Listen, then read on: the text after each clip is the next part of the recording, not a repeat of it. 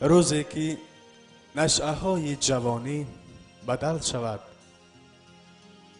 بر رعشه های پیری، تقویم از میانه میدان کشان کشان ما را برد به گوشه عزلت، بر پشت پرده های فراموشی، بر سایه حقیری.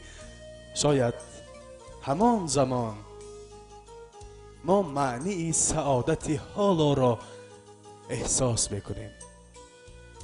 حالا هنوز نه، حالا بدین دوادوی بی منطق، حالا بدین تعهد بی حاصل، حالا بدین تلاش و هیاهوی بی هدف ما خیش را نفس به نفس گور میکنیم، ما هیچ را قدم به قدم سور میکنیم.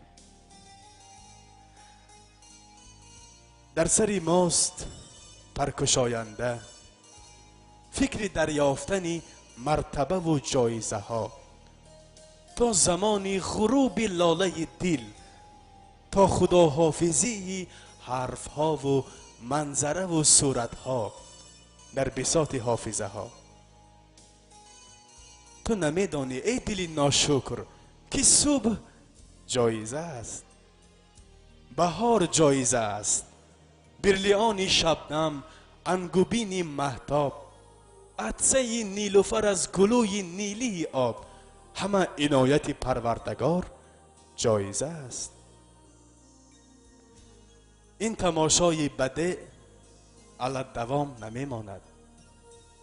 زی بعد ثانیه میان ما و عالم روشن فرصت سلام نمی ماند.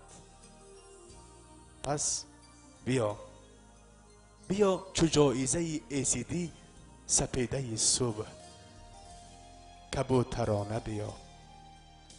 زی غیب پیک بقا ده ایا خجسته حضور، زی بیکرانه بیا. بشوی غفلت مرا به نور آگاهی، به شادبادی روز و شبی روانه بیا. چهار خانه دل چند بسته خواهد ماند، بیا به خانه خود ای توی یگانه، بیا.